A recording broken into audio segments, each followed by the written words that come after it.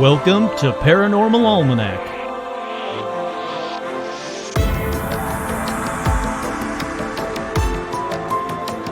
With your host, Kurt Sandvig.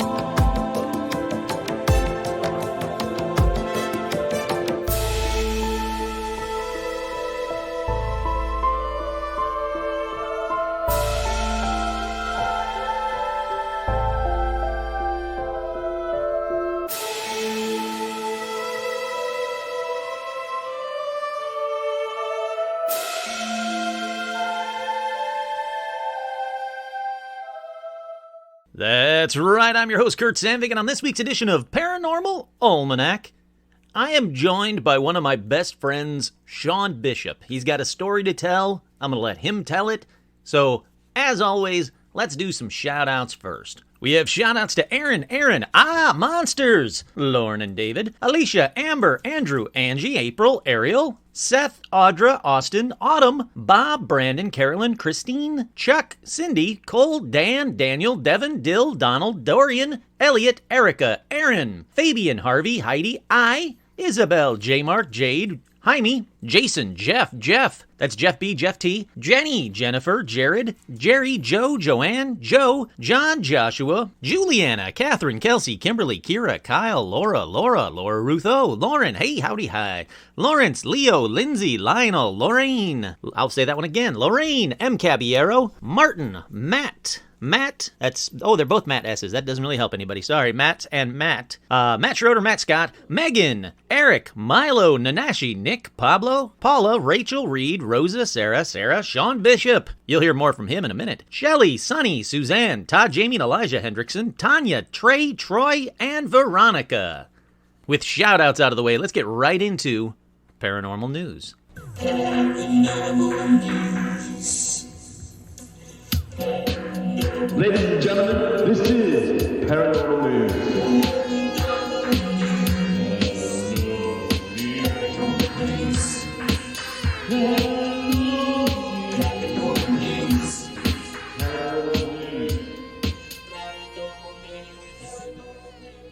Now, these first couple might not exactly seem like paranormal news, but stick with me. The first story is mysterious particles spewing from Antarctica defy physics. What makes these things fly out of the frozen continent? Our best model of particle physics is bursting at the seams as it struggles to figure out all the strange things happening in Antarctica right now. I'm going to kind of jump all over this one because it gets really technical, really heavy, really quick.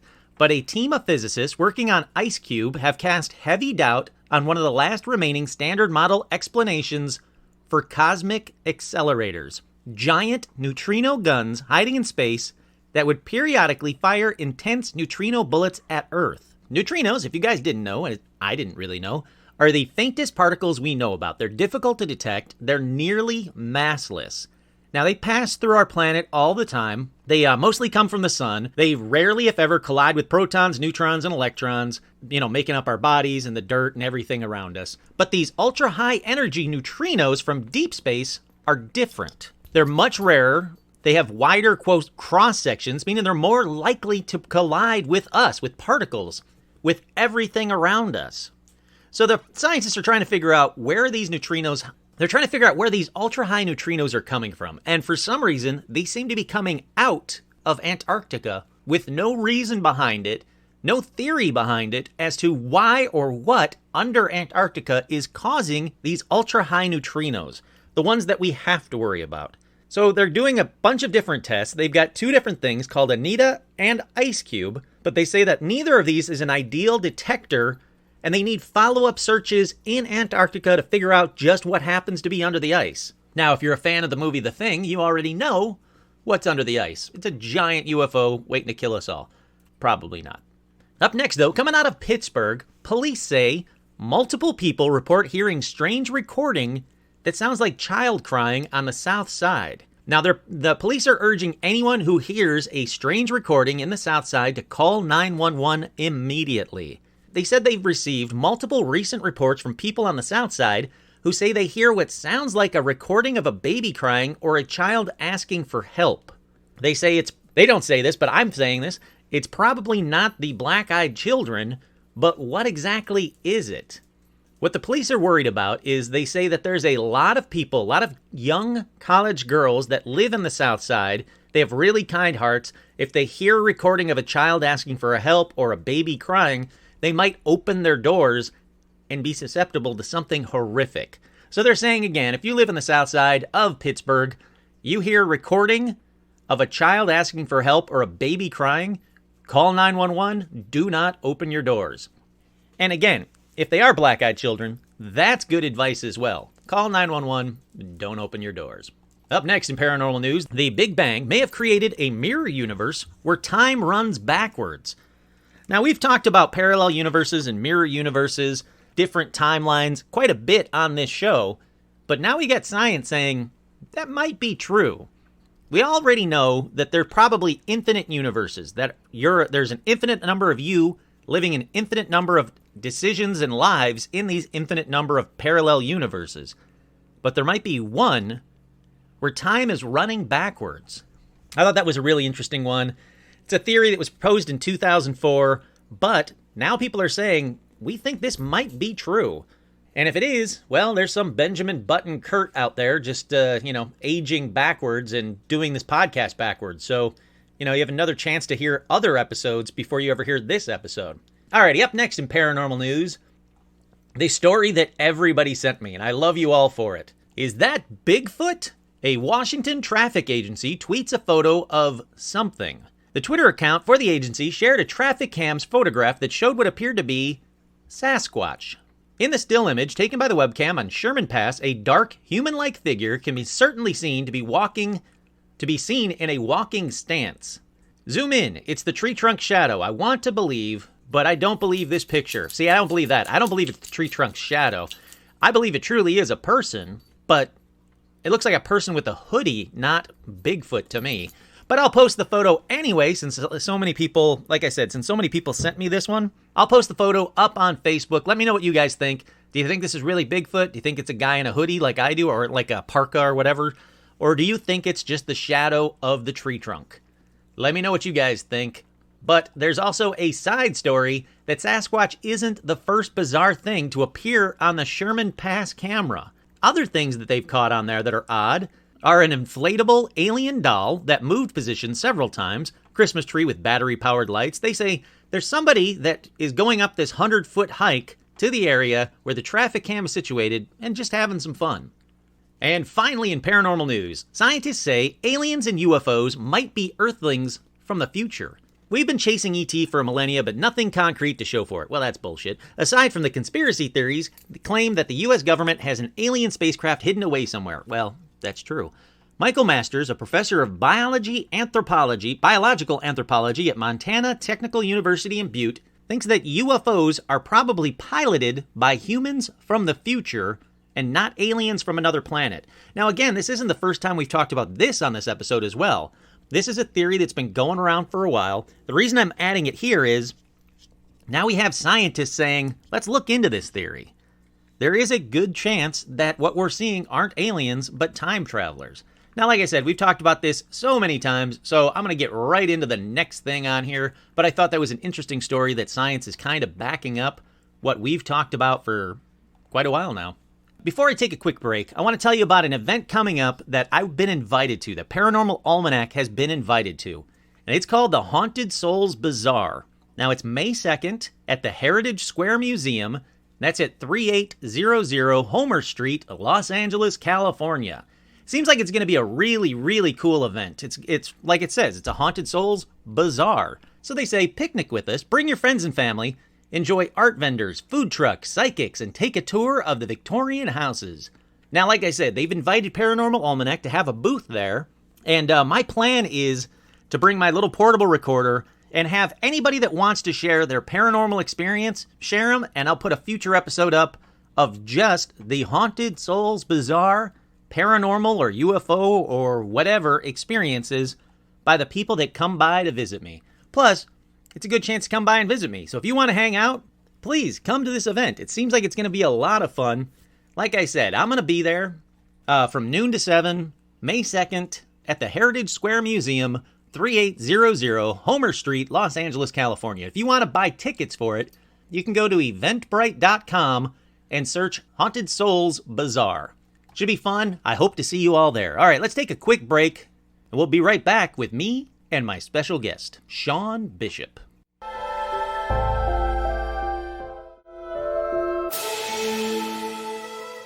Okay, we are back, and on this edition, this is actually a precursor to the next episode, which is a listener ghost stories episode. All listener paranormal stories. So, you do have some time. If you do want to get your listener paranormal story in, go to paranormalalmanac@gmail.com or send them over to me at Facebook. Look for Paranormal Almanac. But, as a very special guest, as a very special precursor, I have one of my best friends here.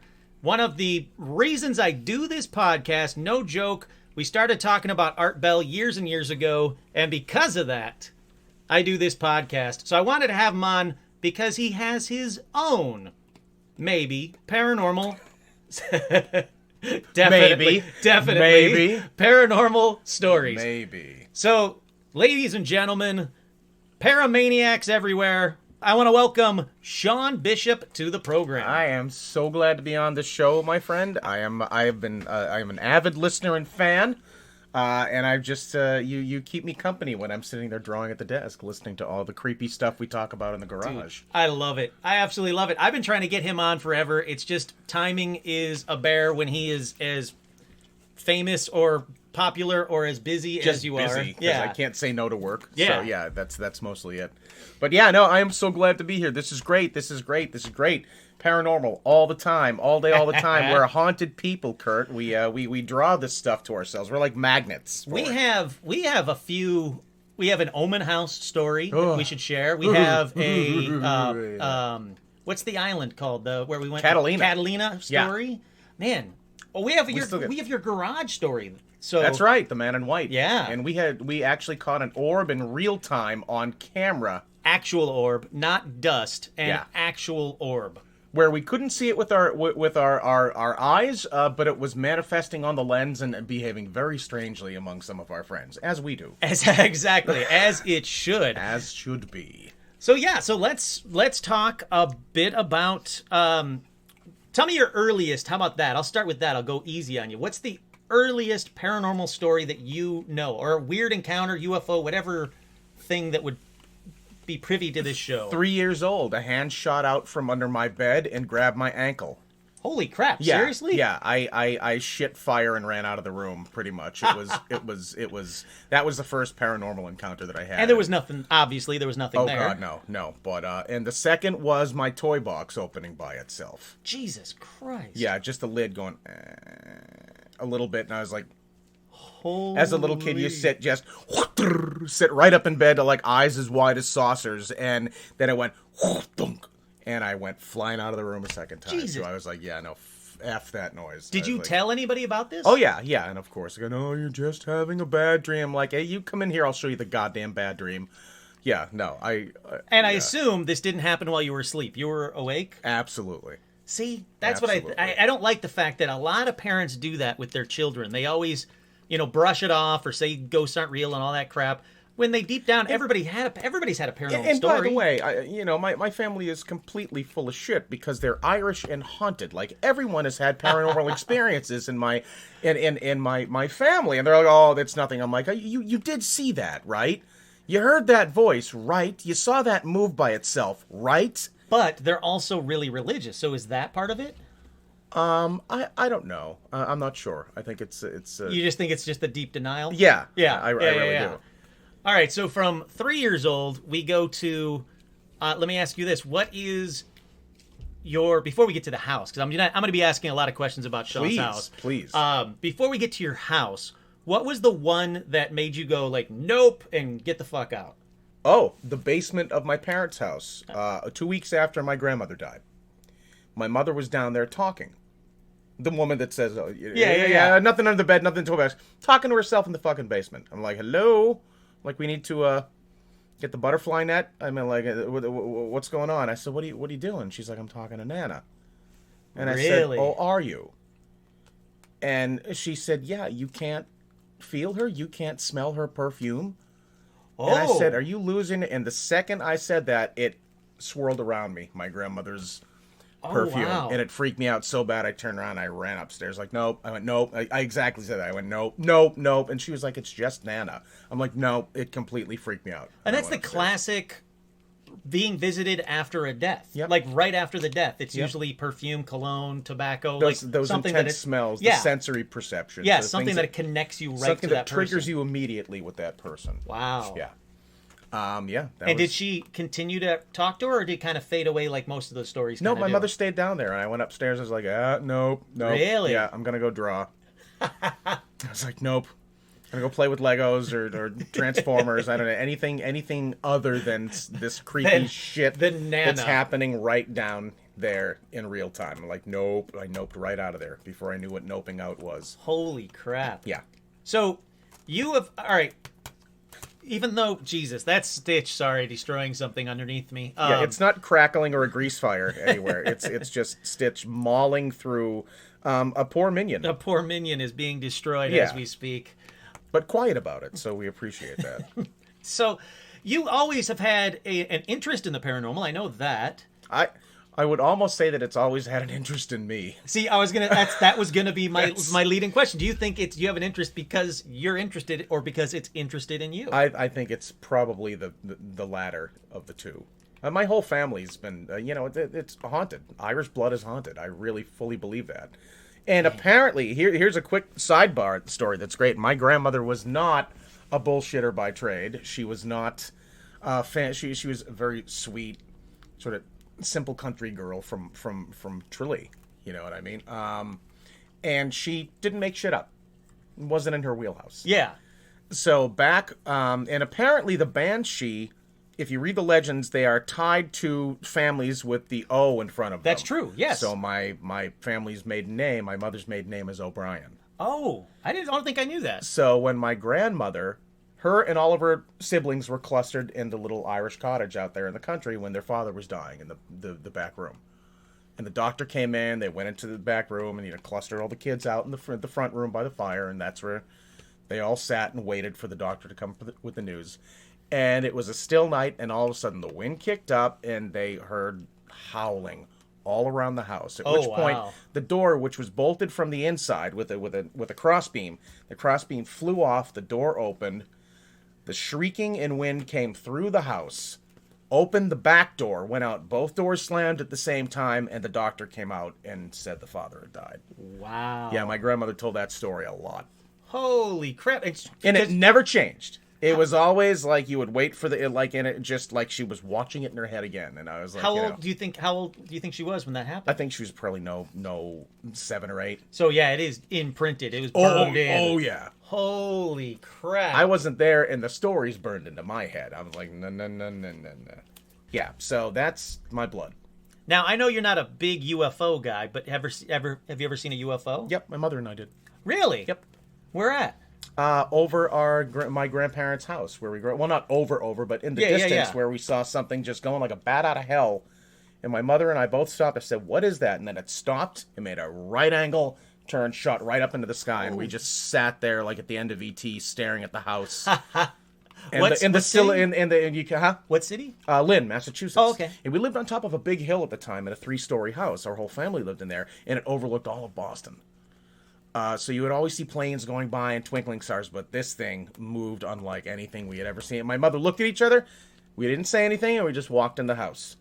See, I'm glad that you brought that up too, because there's a listener that I just did an episode about triangles, and one of the things about the triangles. Oh yeah, well when I was talking about the triangles was about ghost planes in the UK.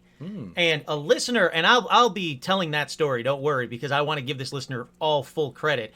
A listener has actually witnessed these ghost planes, and they think they're World War II ghost planes that just are coming back in. Dude. And this listener, I think it was, I apologize, I'll have it prepared for the next episode. I think it was a guy, he was saying, he goes, look, I know what the planes look like, the real planes that are flying in. Yeah. This was not that. Yeah. So for you knew what the airport and the airplanes looked like. Oh yeah. This and it was was not nowhere that. near the airport. It was, And it wasn't Venus, and it wasn't any of that I don't bullshit. think Venus makes a right angle turn and shoots up into the Exactly. sky. Yeah, I was like, holy crap. Man, so you have had the gambit. No Bigfoot though.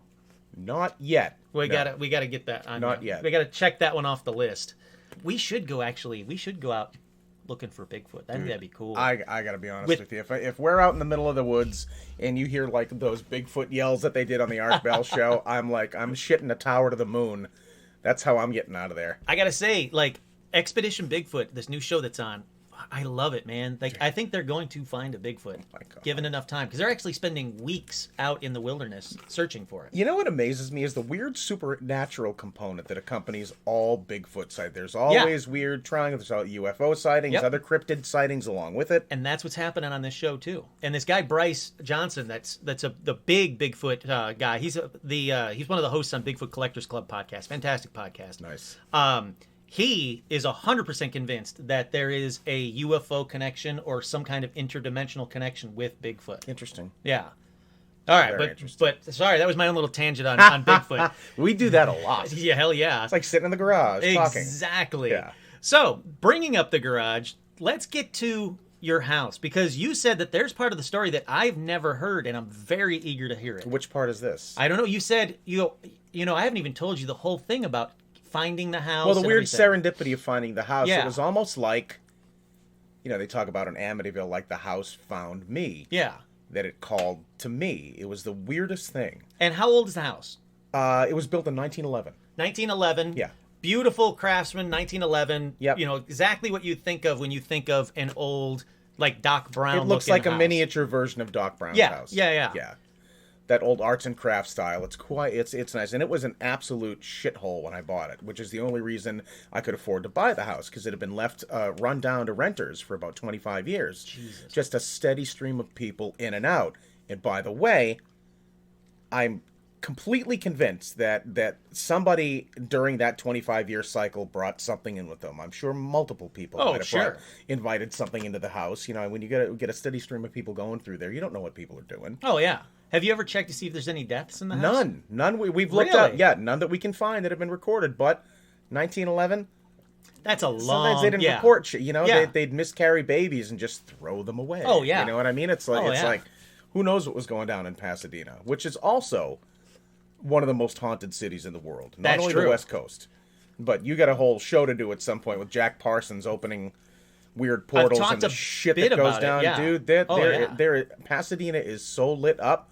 Because whatever they opened, they never closed. So that's it's like a revolving door of weird, chaotic energy. Well, that's like with Aleister Crowley, that same group. Yep. When he was in L. Ron Hubbard. Oh yeah, when he was in Inverness, right along the lock. Oh god, he did the same thing. He opened stuff up and never closed it. Mm-hmm. So, all right, so you're looking for a house. You find this. I did. I had a ritual. 100-year-old house. I had a ritual. I would go down, and this was when I was working at DreamWorks, and I was living in Valencia, so it was a bit of a commute. So I would drive down, and I'd stop at the local diner cafe. I'd stop at Hill Street on Glen Oaks. And they always had the real estate guides out front, the homes and land, that stuff, And sometimes you're bored, sometimes I write my journal, but sometimes I'd grab the homes and land, because at some point, I wanted to move out of the apartment and get a house with a yard so I could have a dog, a tree. I mean, I grew up in Massachusetts. I wanted neighbors. Yeah. Not like the people you live next to in an apartment complex and don't speak to for 30 years out here in California. So I would sort of pipe dream and just look through the real estate ads while I had my eggs and wheat toast. And I wasn't really ready to buy a house. I was just looking and seeing what was out there. So I'm there one day, and I open up the Homes and Land to a page. Boom. And I just see the shape immediately of the house. And I go, wow, that's a great-looking house. I love the shape. I love the gables, the way the pictures, the way it was taken. And I'm like, wow. And I looked at the price. I'm like, that's not bad at all. And it said Craftsman Triplex in Pasadena. I didn't even know what the hell a triplex was. It turns out it's separated into 3 units for 3 different renters. I still can't picture that in your house. I gotta look at that one day when I'm there. Yep.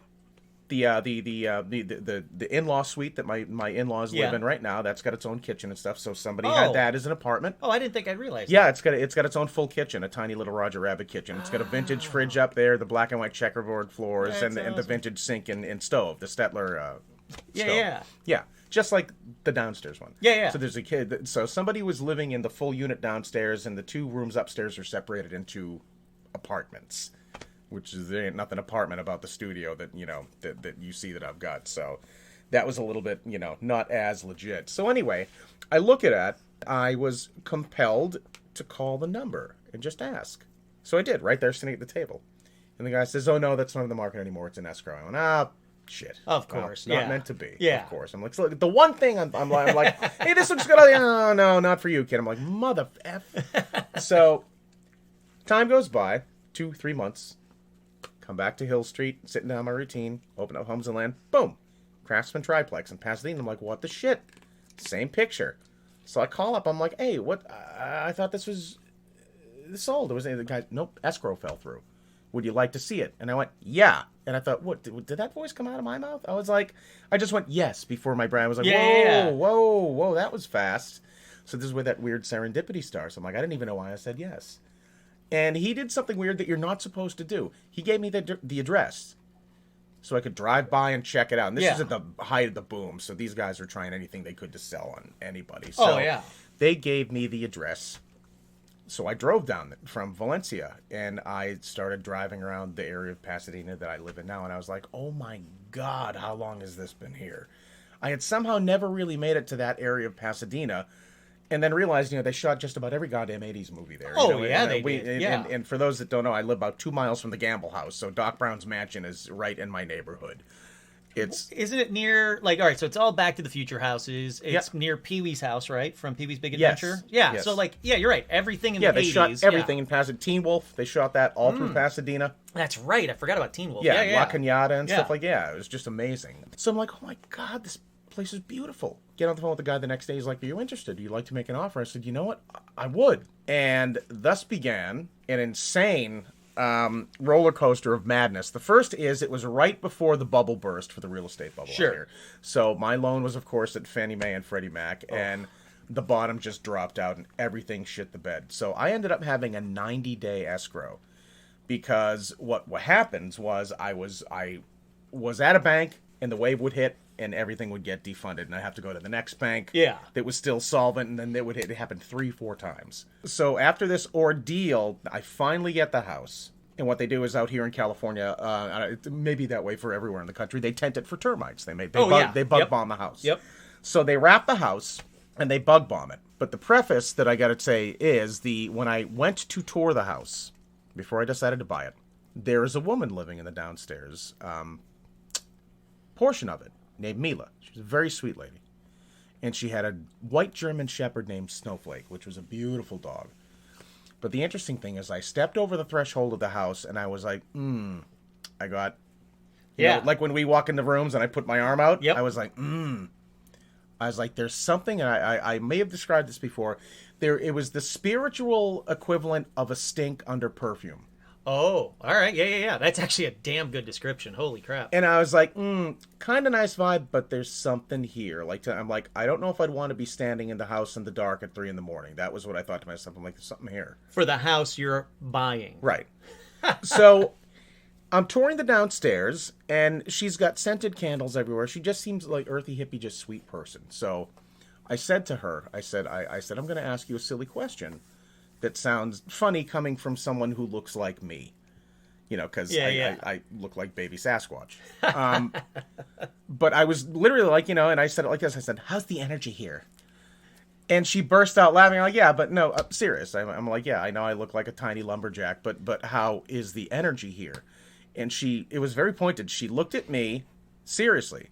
Then she looked at the real estate agent and looked back at me again. She goes, I don't know what I'm allowed to say. Oh. I went, oh, shiz. Well, you can say it to me. First of all, he's not the real estate police, so you can say anything you want in front of him. And second of all, I am legitimately thinking of buying this house. If there's something here I need to know. She goes, when I first moved in, it was really heavy.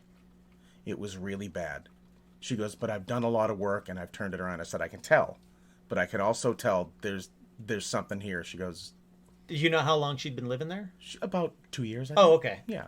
So, and like the other thing about the woman that lived there, the Mila woman, she was a massage and aromatherapist. So she had tons of candles and scents and all sorts of soothing sort of things around the house that helped keep everything at bay. And the other thing that I noticed was that her German Shepherd was completely at ease in the house. So that made me feel better because, ladies and gentlemen, I mean, I don't know if you used to hauntings, but you want a good barometer, have an animal. That's true. Okay? That is very true. And listen to them. But that was the thing that made me feel better about making the purchase was the dog seemed totally at ease. Sure. And clearly, maybe it's because the owner was there, whatever. But so, like I said, so I bought the place. They tented it for termites. And boy, I got to tell you, the day that I came back to the house after the tent had been removed, put the key in the lock, turned it, and as I stepped over the threshold, it was like somebody was pushing down on my shoulders. Really? That heavy. In fact, I grew up in New England, and we would say that, in the dead of summer, like July, August, it'd be one of those things where you open the front door of your house and it's like someone just dropped a wet blanket on top yeah. of, it felt like that, except without the humidity part. It felt heavy. And I sort of shuddered as I stepped over the threshold, and I was like, oof. I was like, that. I'm just going to shake it off. It's a new house. It's empty. A little bit creepy, because sure. when they bug bomb, they open all the doors and all the cabinets, and they just open everything and spray everywhere. So every door and cabinet in the entire house was open. Yeah. All the closet doors, the bedrooms doors, all the bathroom and bedroom, kitchen cabinets. So the first thing I did was I went through the house and closed everything. And what I noticed is from the front of the house to the back of the house, the further I got towards the back, the heavier the vibe got. Yeah. To the point where it was so palpable, I thought to myself, this isn't just in my brain. There's an energy here. Thinking, well, what am I going to do about it? Is it bad? Is it good? I'm not quite sure yet, but it's heavy. So I went through, closed all the cabinets, closed all the doors, and I made my way upstairs to what is now the studio. Sure. And we have a small hallway upstairs that has a closet that sort of runs the back of the house. And that door was open. So I went and I closed all the closet doors and everything like that. That was the last one that I closed. And I turned my back on the door. You never turn your back. Of course, you don't know. You don't know that until it happens. You're like, why did I turn around? Turn my back on the door. I walk into what is now our studio, and I hear a click, click, then thunk as it hits the back. And I turn around, and there's that big, black, gaping maw of a triangle of the closet door just staring at me. And I go, oh, that's a little creepy. I'm alone in this house. It's all echoey. Now, did you think, like, this is my imagination running away with me? I'm going to go check the door, see if the door Well, latches. that's what it was. I'm like, clearly I'm not going to go crazy at first.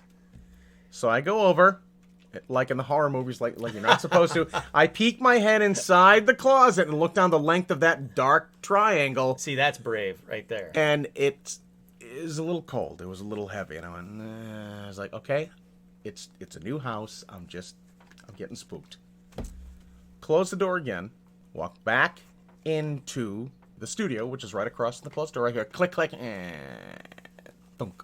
Again, I went. And I didn't even turn around at this point. I'm just going, fuck. Yeah, because what do you do? Me. You're in this now. You bought this house. So now I turn around, and I look, and the door's open again.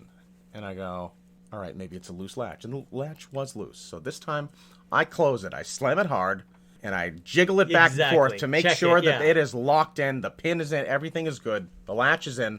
Great. And to make myself feel better, I walk backwards into the studio while keeping my eye on the door. And I say, gee, I hope it's not the ghost.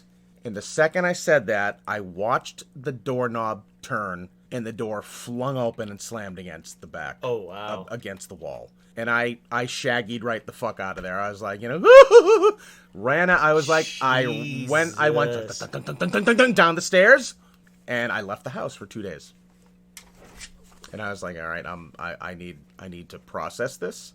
So now, were you thinking, like, I got to get out of this, or were you just like... I did. At one point, I tried to back out of the sale, and the lady said she was going to sue me. I said, you sold me a haunted house, bitch. And she was like, yeah, I never had a problem there. I'm like, that's probably because you're insensitive and can't feel anything. Yeah. I was like, well, I don't care what you felt. I'm telling you what the fuck I'm seeing Amityville shit here. But she was like, no, I didn't want to be in that house so bad. When I knew I was stuck with the house, quote unquote stuck. Yeah. I was actually it was so bad I was going to stay in my apartment in Valencia and rent the house out. Jesus. Because I couldn't get out. I was like, I'm not living in that fucking place.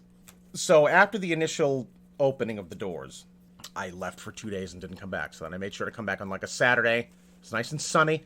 All the windows, it was nice out. I opened up all the windows, had a breeze come through. I brought my portable music box with me, sure. And I was playing like big band music to make it feel, because I was working in the house. I was like fixing shit up. But the interesting thing is, I came back to the house, went upstairs, closet door's still open. I go into the kitchen, the cupboards are open. Oh wow! I go into the back bedroom. That closet door is open. And these were definitely closed. I closed them all myself. And Wow. I went, you've got to be shitting me. And I'm like, well, the logical earthly explanation is somebody snuck into the house and opened all the doors and left. Yeah, check. Funny. Yeah, checking to see if maybe Yeah. you moved some stuff in. Is and they that wanna probable? steal. I don't know. So I went around and closed all the doors again. Trepidatiously walked up and here's the funny thing, because I had closed the doorway to the stairwell that went up.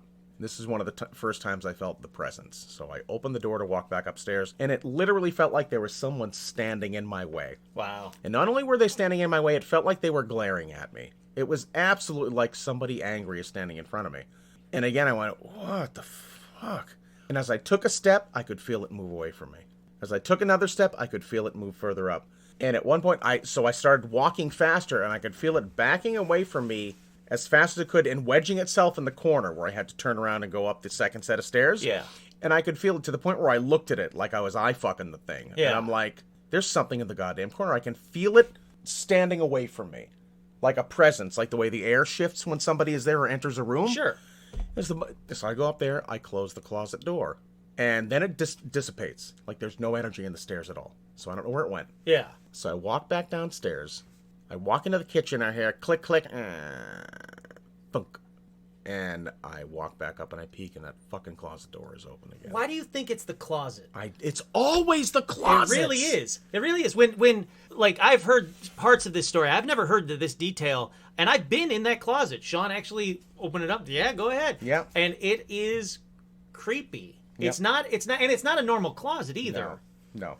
Like, And this isn't even you're thinking of the one downstairs. oh, in that's the what master bedroom. We're talking about the one in the upstairs. Oh, hallway. shit. This is This is a happening different in one. two separate places. Oh, wow. We haven't even gotten to the demon closet Jesus. yet. Okay, that's what I was thinking. It was all going to lead up to this demon closet. the water closet Yeah. in our bedroom. Yeah. Which I never thought that would be my bedroom, believe me. That's where, all right, see, that's where I was picturing, because Yeah, no, I was in no. that one, and it's, yeah, okay. This was the Jesus. first closet. Okay, so, all right, so We haven't how even long- gotten to that one Good yet. Lord. So, all right, so go ahead. Yeah, but we're yeah. coming to that. So then downstairs, I hear click, click, thunk, and I go down, and that closet in what is now my master bedroom is open. Jesus. And that one felt hateful. I walked over to close the closet, and again, it felt like someone was standing in there. Yeah. And just seething. Just hateful. It's so bad that I recoiled. I was like, what the fuck? And I walked into the closet, and I felt it leave. And suddenly the closet warmed up. And I went, and I closed the door to the closet, and then the closet upstairs opened again. So it was fucking with me. I'm going up and down, up and down. Do you And think it's the same entity? Or No, do you think it was two different ones. Okay, that's what I was Two going to say. different ones. Yeah. The one in the upstairs hallway felt kind of confused, like it didn't understand what I was doing there. The one in what is now our master bedroom was fucking hateful. I don't even think it was human. Jesus. And you saw the picture. Yes, yeah, Fred, which is, yeah. We got a picture of it, and it wasn't human. Yeah, all right. Wasn't even close. Let's jump. That's actually a good point. Let's jump to the picture, because that is The Fraggle? Yes. Yeah. So, long story short, all the shit was happening, and I mentioned it to my buddy Gary, who we know. Yes. Gary. Yeah. And he said, well, my brother does house cleansings. I said, excuse me? He's like, well, yeah, he's always been a sensitive, and he does cleansings. It's a mixing of a Native American, a little bit of a voodoo, a little bit of Christian, because they're all sort of weirdly intertwined. Sure. A lot of people don't realize it, but every religion steals from every other religion. Oh, God, yeah. So whatever that juju is, you don't quite know why it works, but it does. So Gary said, I think Stephen would be happy to do this cleansing on your house. He goes, but we got to come over and do a walkthrough. I went, okay.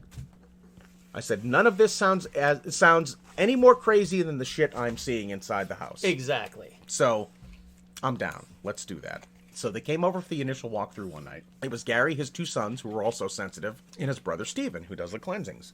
And the second he stepped over the threshold, he goes, oh, God, fuck that. And I said, yeah, it's heavy, right? He goes, yeah, I don't know what the fuck you got here, but it's pissed. Really? Yeah. And you hadn't really told him anything, right? Told him nothing. Yeah. Gary's just, come over, look at my buddy's house, see what you think. He was like, oh, Jesus. Then the further back he got, and then he opened the doorway to the stairwell. He goes, yep. He goes, something in here.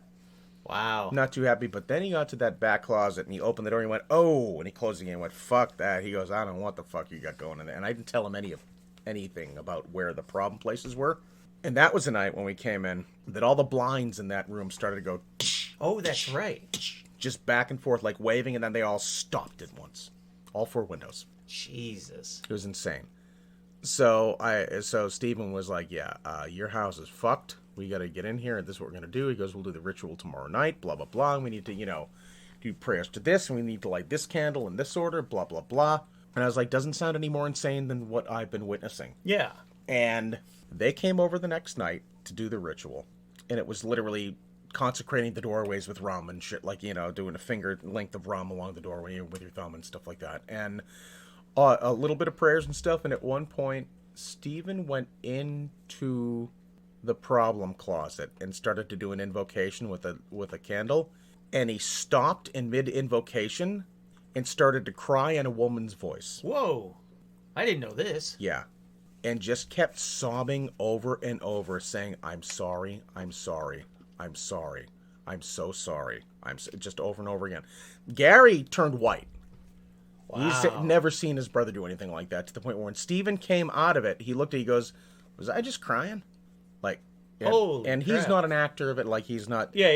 You've met the whole family. Yeah. It's not, it was completely legit. And once he did that, him and Calvin, Gary's son, backed out of the closet, and that's when I took that picture. Yeah. Describe the picture, because this is It looks like cool. a black cookie monster. It really does. I think Gary's in the photo, right? If I remember correctly. It's Stephen and Calvin. Gary was behind me. I was holding the camera. Stephen. All right. So there's there's two guys in the photo, off to the side a little bit, but right there in the corner, it's not a blur. It's not an orb. It's not. It is a blur. physical It's not a thumb manifestation. It looks like a black cookie monster peeking up from the corner of the frame, like it was hiding or squatting somewhere. Yeah. Like we had chased it out of that closet and it had nowhere to go. I've seen the photo. It's been a while since I've seen the photo, but I've seen the photo and I couldn't explain it. I couldn't immediately debunk it by, oh, that's your zipper from your jacket or your thumb or whatever. And everybody who has seen the photo gets an awful bad vibe. Oh, yeah. Nobody likes it. I've showed people that photo without even knowing what it is. They go, what the fuck is that thing? Yeah. They're like, I don't like that photo. I'm like, yeah, that's because there's a creeper in it. I'm like, it was very spooky. So how long after the photo did so actually, I guess the better question would be, did the cleansing seem to work? Yes. So here's what happened. So right after that photo was taken, shortly after that, Gary had to leave and take one of his sons to someplace, and he was bringing his other younger son back again because people had been going back and forth. So for a while, it was just Steve and I. So Gary and everyone left, and then Steve and I went out onto the porch. I said, what do we do now? And he goes, we sit here and wait till the house warms up. Then we go back in. But the last step of the ritual was to burn sage in an incense, like decanter, on the front porch. And Stephen went and put a small amount of sage at the bottom of the decanter and lit it. And we jumped back because it went off like a gasoline bomb, which sage is not supposed to be able to do. If you guys have never used sage, it just burns like incense. It's a smoldering weed. Yeah. No, this went off like an acetylene torch. I'd never seen anything like it before in my life, literally, and it was this skull-shaped decanter that had open eyes, and so literally flame was shooting out the top of its head, you Ghost out of the Ridered eye it. holes. Holy crap. And we both jumped back. I said, is sage supposed to do that? He goes, fucking, I don't know anything that's supposed to do that. And luckily, we had witnesses, because Gary and his son came back at the same time, and Gary goes, what the fuck did you put in that? And we're like, sage. And that was the running joke. He's like, does sage do that? They're like, no. And it burned so hot that it actually fused the decanter to the porch. Oh, wow. We literally had to kick it to break it off, and the square is still there to this day of where it infused to the porch. I almost on jumped the front ahead. porch. I almost jumped ahead, but no, keep going. Yeah. I know what you're gonna say. Yeah.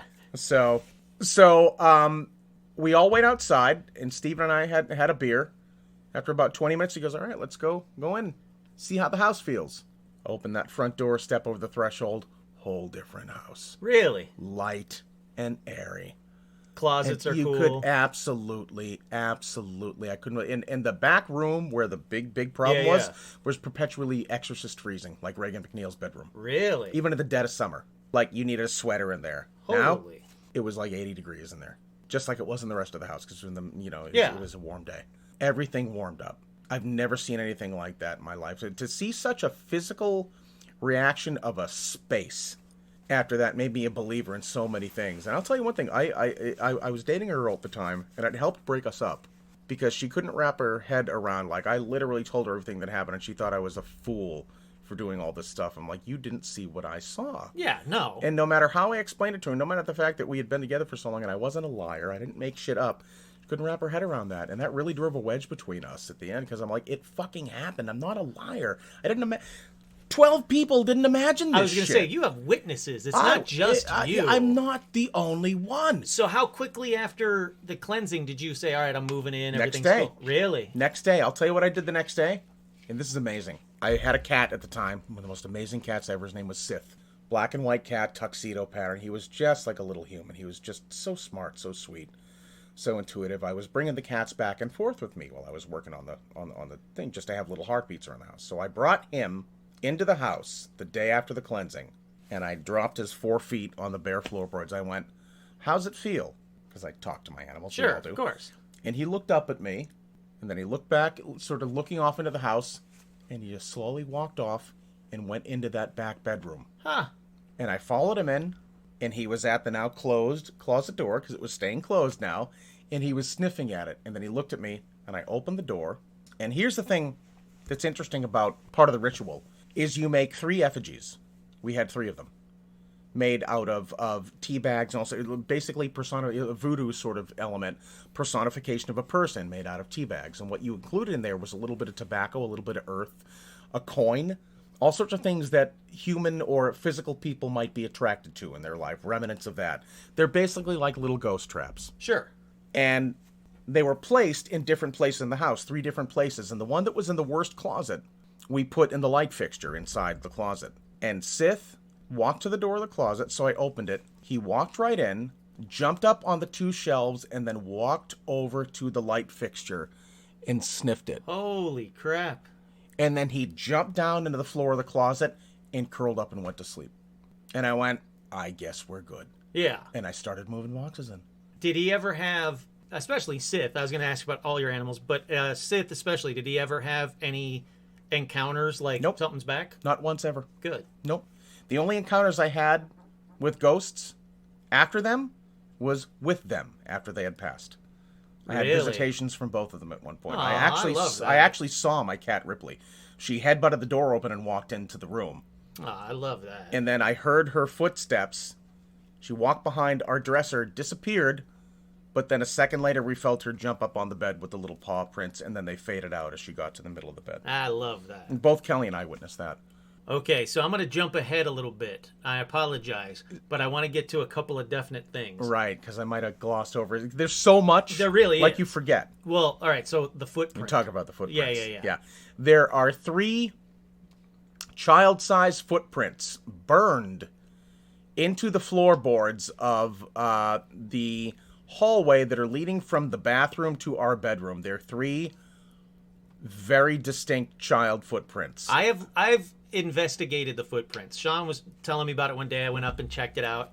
They are not stained like it stained the wood, or there's tea stains or even wood stains. They're not stained. They're not. I guess that it's not pareidolia or whatever you call it. It doesn't look like a a stain. They're Yeah. 3, They 1, are 2, 3. footprints. Yep. 100%. He's right. They're smaller. They're child-sized footprints. Mm-hmm. I could not tell you what could cause those footprints other than they're burnt footprints. It's creepy. It's not like someone put like an know iron what's- down you know on what's the weird, the though? wood. What's that? Footprints are fading. Really? Mm-hmm. No, I'm trying to think how long it's been since I've seen them. It's been a few years. Telling you, it's the energy of the house. We have Yeah. worked so hard, and now that's a house full of love. Oh God, House full yeah. of laughter. We have my in-laws Full living with family, us. yeah. We have a 2.5-year-old. It is just a constant stream of laughter and joy, and that is absolutely like you can change the energy of your house, but it takes a lot. It literally took a village. It took our whole family, Sure. to change And you the saying vibration that of that house. it is not. Things aren't stopping because No. to jump ahead again. It's still an active house, like all Very. of Pasadena. Yeah. There's vortexes. There's high energy spots still. We have what we call pass-throughs. Yes. Occasionally, we'll have an uptick in activity, and that'll go away. Mostly, we get phantom sounds, Well, like cookie sheets dropping or metal plates clanging, like a hubcap going glung glung glung glung glung, glung, glung, glung. And I'll get up and be like, "Do you see a metal plate on the ground where you just heard that sound?" Kelly's like, "No." I'm like, "Yeah, well, there's another one." Wow. cookie sheet dropping in the kitchen where there is no one making cookies. Well, you had a party at your house. There was a bunch of people outside the backyard. Yes. He had a party at his house. I was at the party. The man in white. Yeah, man. And so I was standing there towards the entrance of the garage. If you walk into the garage and then turn to the left and then turn to the right, there's a fridge. So I was chatting with somebody, and this guy walked up, and I thought it was one of the guys from the party looking for, because that's what everybody does. They walk in, they go, hey, where's the fridge? And I point to the fridge. And kind of a they thing. go to the fridge. Yeah, so I went, oh, you just turn to your right, it'll be right there on the right-hand side. And then I kept talking, and then I went, well, I should make sure. So I looked over, and there's nobody in the garage. Gone. There is no way for anybody to get out of the garage anyway. You'd have to walk right by me. Yep. But clear as day, not the corner of my eye, clear as day, Yep. I saw a man in white go into the garage. Yep. Just assuming that he was going for the fridge. It's been seen about half a dozen times by different people. Yeah, and then after that fact, I find out that this is a very common occurrence, and I'd never heard those stories before. I'd What is never that from heard. Ghostbusters? Is it a free repeater? Yes, yeah, It's a free exactly. repeater. I'd never heard the Full stories floating, before until full you torso, vaporous apparition. until I said it to you, and you were like, "Oh yeah, who was it that had the sit down with the man in white?" It was my buddy Steve, me, Dana, and Jose. We were all sitting around talking one night, sitting in the garage, and suddenly my buddy Steve looks to his right and goes, "Oh," and then picks up his chair and moves over as if he's making room for somebody, and we don't think anything of it because we're all just babble. And then about 5 minutes later, after we're talking, Steve goes, "Hey, where'd your friend go?" I said, "What friend? We're all here." "No, the guy in white that just came in." I said, "Nobody came in." And Dana goes, "No, dude, I saw him too. That's why he moved." I said, "Are you fucking kidding me?" I'm like, so, dude walks in, two of us see him, two of us don't. Yeah. Oh yeah. And it still breaks Dana's brain. He still talks to me. He goes, "No, man, I saw him. He was wearing a white shirt, blah, blah, blah." Yeah, Well, that's just like me. I would not. saw him? I would make shit up. I literally was like, "Oh, it's there to the right." One of my when I was having a graduation party for a bunch of my students from Laguna College where I taught, one of my students, Bella, who's a sensitive, I was sitting there talking to her, and I heard the refrigerator door slam behind me in the garage. I turned, I looked, and nobody was there. I turned, I looked back at Bella, and her eyes are wide as saucers. I said, "Let me guess, guy in white?" She nods. Went in, opened the refrigerator. hell? She nods. I said, "Disappeared?" She went, "Yeah." I said, "Yeah." I said, "That happens sometimes around here." She goes, "I'm not going in there." I'm like, "I understand." I was like, "But it's okay. Like, I don't know what it is, but it ain't mean." Yeah. It's not a, I like, didn't get a bad feeling. and by the way, the dude only shows up when there's a group of people, when the vibe is good, the laughter is high. That's when that dude shows up, when there's a positive, happy, fun vibe. So and that weird. It's always garage day. When everyone's laughing or there's a party, that's when that fucking guy shows up. clear as day. I've never seen him, and I go into that garage 5, 6, 7 times a day. I'll go into 3 in the morning when I can't sleep, and every time I go in, I glance over to that fridge. Yeah, Like, yeah. "You gonna be there, motherfucker?" And Yeah. I'm like, I've looked out, sometimes I leave the lights on in the garage. I'll look out there, I'll be looking for any shadows or movement. I never see anything. And I just want to reiterate, it's not a power of suggestion. No one had told me the man in No. white story. No one had told me anything about the fridge. I 100% just thought it was one of his friends walking to the fridge. It was a very weird encounter. Yeah.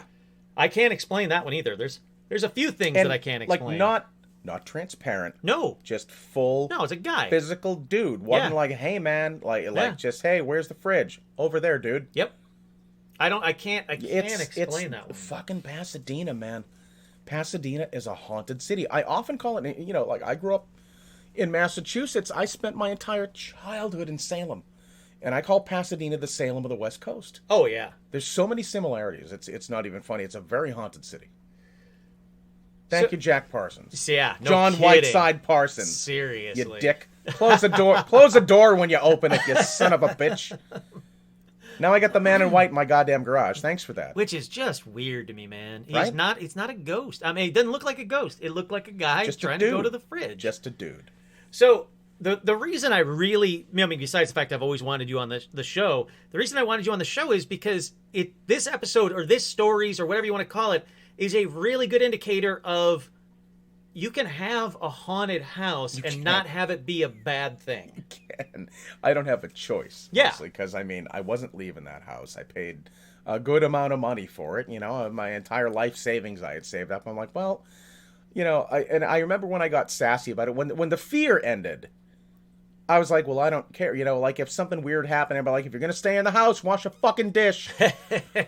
I'm like, pay the mortgage. I was like, pick up a bill. You remind me a lot of, that statement reminds me a lot of David Oman. David, yeah. I'm like, Sean's been over to David Oman's with me a couple of times. That fucking garage door opening. I don't know if I've ever told this on the podcast. If I have, I apologize. It's a quick story. Tell it.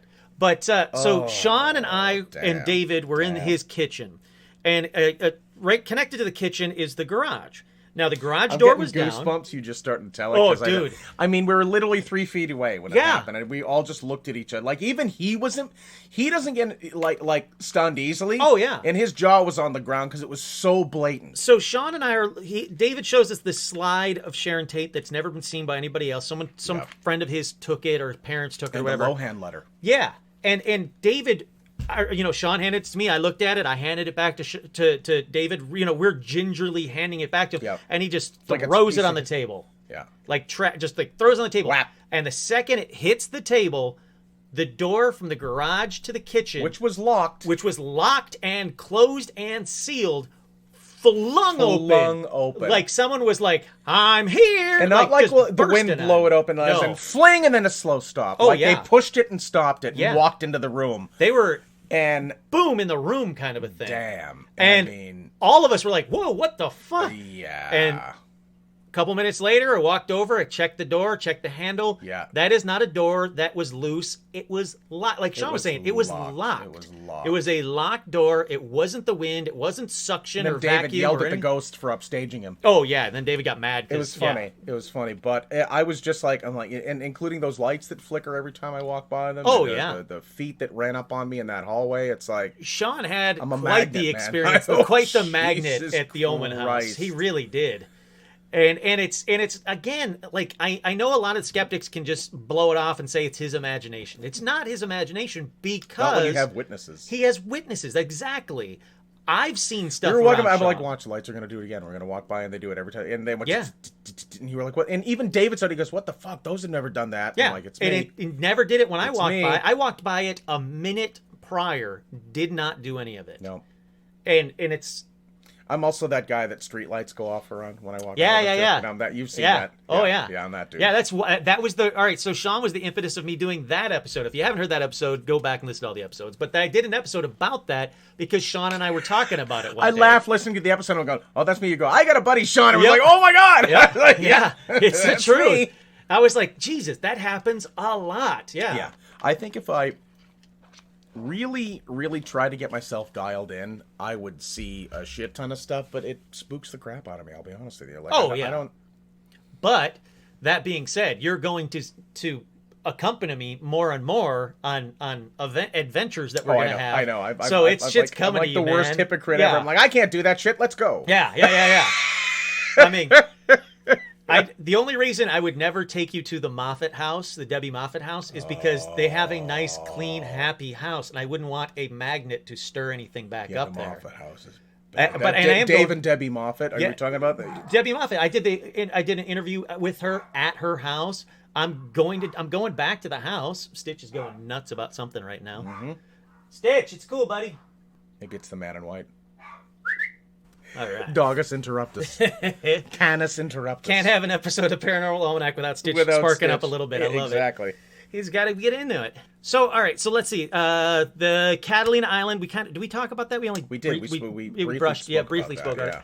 You know, we were in the what is it called? The casino. The casino. Yeah, we were in the casino. Second floor. Yeah, and Sean was like, "There's something in here, man." Like you could see the hair on his arm standing up on end, and he was telling me there's something here. So I just calmly took my phone out, hit record, and just started recording.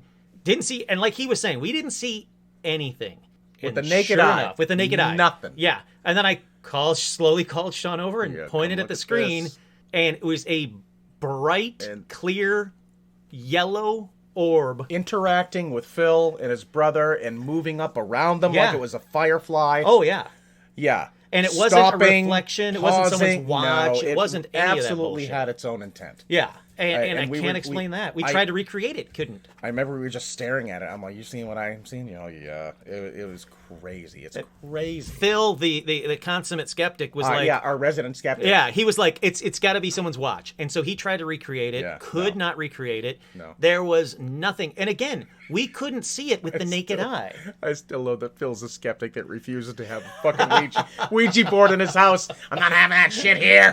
Thought you didn't believe. Get it out! He is terrified of Ouija boards. Terrified. Which is just the best. Makes me love him so much.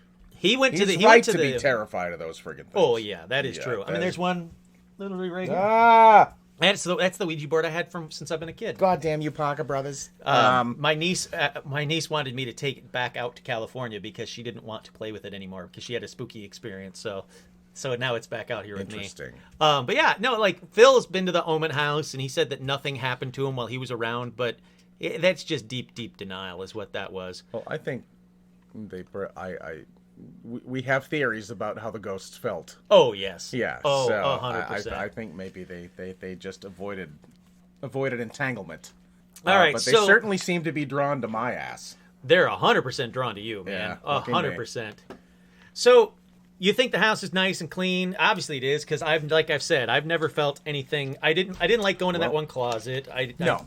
But that closet is fine now. It's filled with lightsabers. Yeah, that's true. But honestly, again, my big barometer is listen to your animals, man. Yeah. We got 2 cats and 2 dogs. We got 2 very active, loud corgis. They've never growled at the corner. They've never growled at a closet door. All they do is growl at other people walking by the front, like literally. Yeah.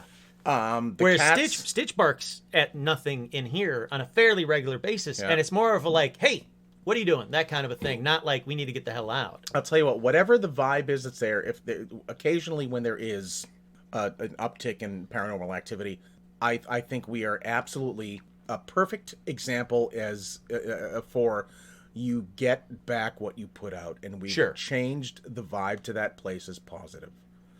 So I think you like attracts like, and I think you get out what you get back what you put out.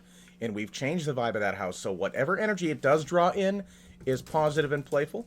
Yeah, and it doesn't stay. We call it pass-throughs. Yeah, pass-throughs. So there is something that I've been reading up a lot about, and I think it's kind of interesting. I think actually it's very interesting. It is a lot to do with seismic and magnetic energy around an energy like a house with energy. Also limestone, like what's in the water ground underneath. Yeah. But this is a specific to California with the seismic activity and paranormal uptick. Interesting. So I want you to keep that in mind. Because we've been having some readings. I mean, I wonder if it's close to what the Omen House has going on with the weird magnetic. It's got to. I mean, it has to. But I want you to keep it in mind because we're having an uptick in earthquakes. We had one last night. The Ring of Fire is going crazy right now. Jesus Christ, isn't it? So while it is, keep that in mind and see if it's sparking anything. Maybe. See if the energy goes up, because I thought it was a very interesting hypothesis, and I wanted to keep an eye on it. The only 2 people I know with this house has got stuff in it, but it's not like that. The only 2 people I know that are like that is yours, that used to be. I guess Debbie Moffitt's as well that used to be, and then the Omen House. Yeah. So I want to keep an eye on that and see if there is anything. I'd love to see a correlation between what the magnetic readings are from all 3 places, and see if there's a middle ground, because that's like almost like a control experiment. Oh yeah. Well, Benedict Canyon, that whole thing is just insane. That place is I don't know what the fuck. Well, yeah. They've talked about what the limestone content is up there, and all that, So I wonder if geologically, I wonder if something is charged enough to bring in, like in Ghostbusters, pulling in from the other, and concentrate supernatural. It would not surprise me. I've said it on this podcast a million times that I think that science is going to prove the paranormal. Look, I think paranormal is just science that hasn't been discovered exactly. yet. 100%. It's funny that they'll talk about string theories.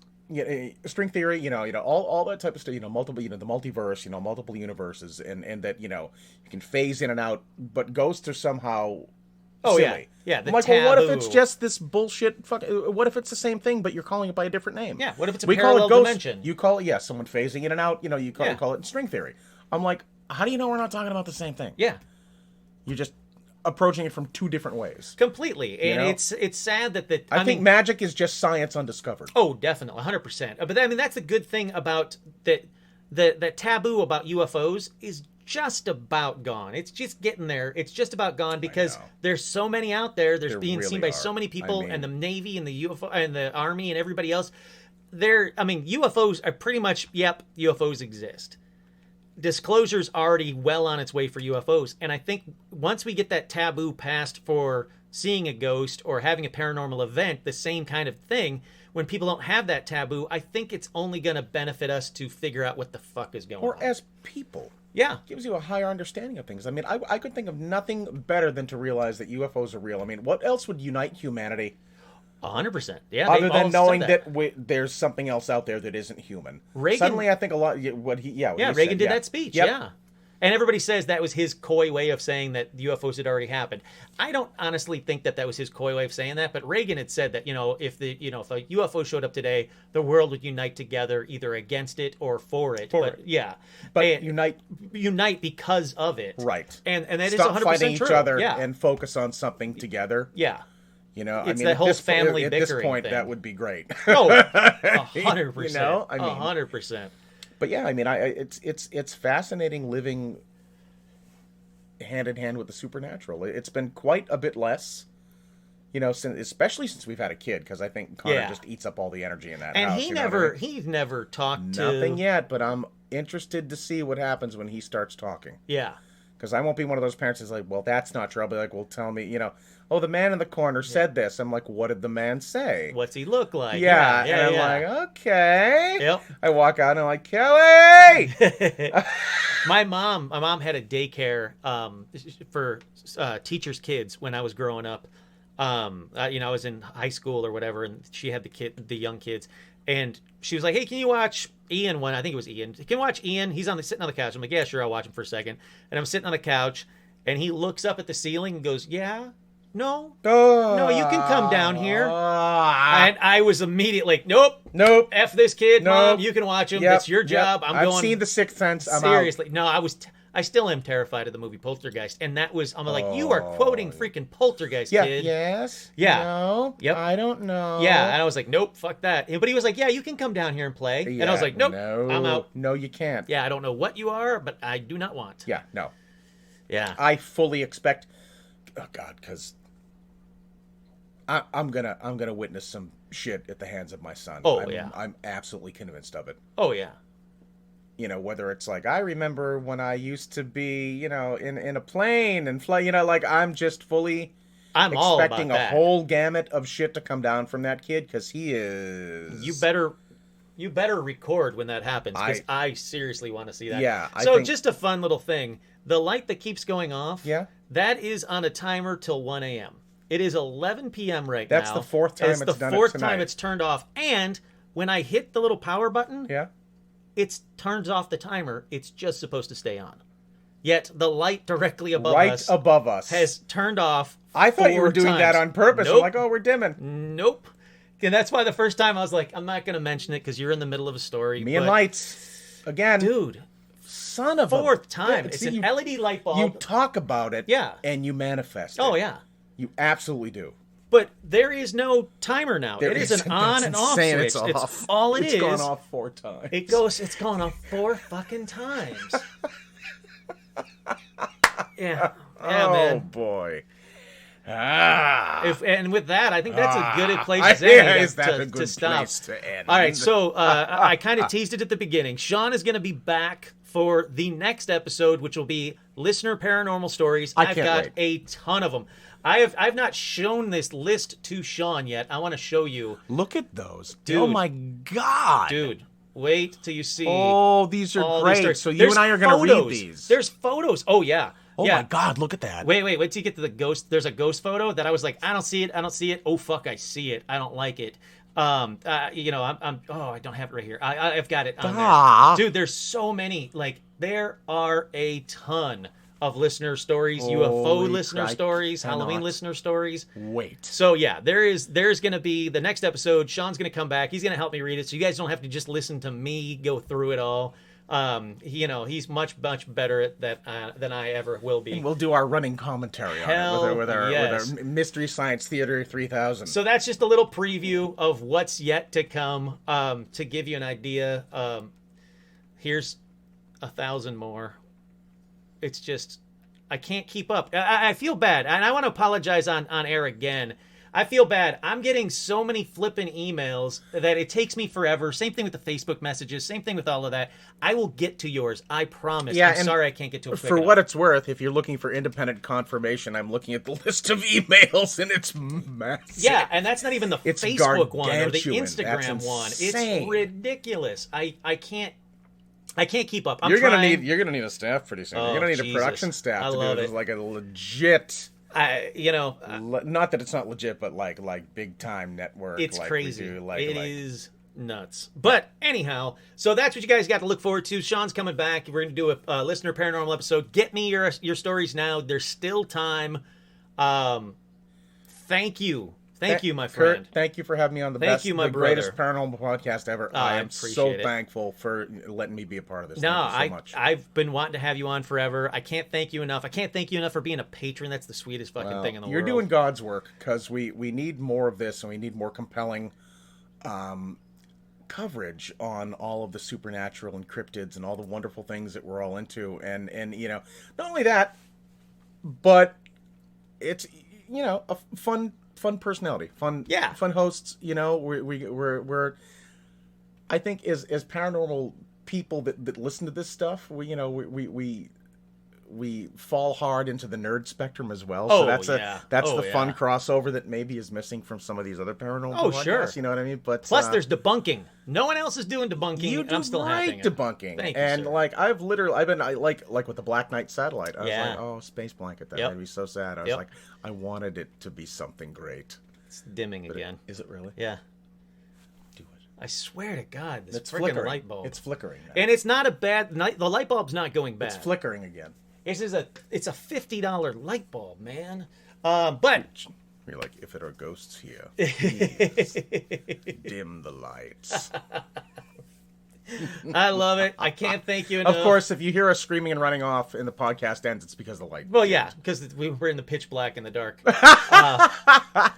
But yeah, no, thank you. Sean will be back. Don't worry. He's got even more stories. I didn't even get to all of them. He didn't even get to all of them. I kept pushing him forward in the stories. There's many, many more. I think we covered it well, though. Oh, yeah. Oh, God, yeah. It was fantastic. I can't thank you enough for it. All righty. Thank you so much, sir. And I will see you soon. So there you have it, Paramaniacs. That was the one, the only Sean Bishop. I can't thank him enough for coming by, telling me the stories. Hopefully, the first of many episodes with Sean Bishop. I think he's a fantastic storyteller, genuine guy. Trust him 100% implicitly. He's the best. So thank you again to Sean Bishop. I hope you guys like this episode. Like I said, he'll be back. We're going to be doing some listener paranormal stories coming up very soon. Until then, I'm your host, Kurt Savig. This has been another edition of Paranormal Almanac.